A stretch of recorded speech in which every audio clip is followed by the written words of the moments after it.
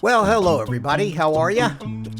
This is Mitch, just an old guy in a drone, and this morning I found a new place to fly. I've been driving all over the place looking for a really nice flying site, and found this park down in Palm Bay, about 10 miles south of me, down where Jim from Above and Beyond Drones lives.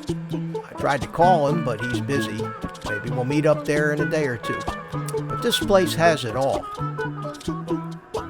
There's even a retention pond that I can fly my little RC seaplane from. I can fly RC airplanes out here. The field is mowed and very, very smooth, and it's perfect for drones with all kinds of obstacles and things to fly around.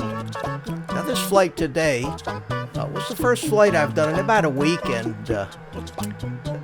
just took off and flew around the area and wanted to check it out and get the lay of the land. Nothing fancy, but it is the DJI FPV system, and the video that you're looking at was shot on the air unit.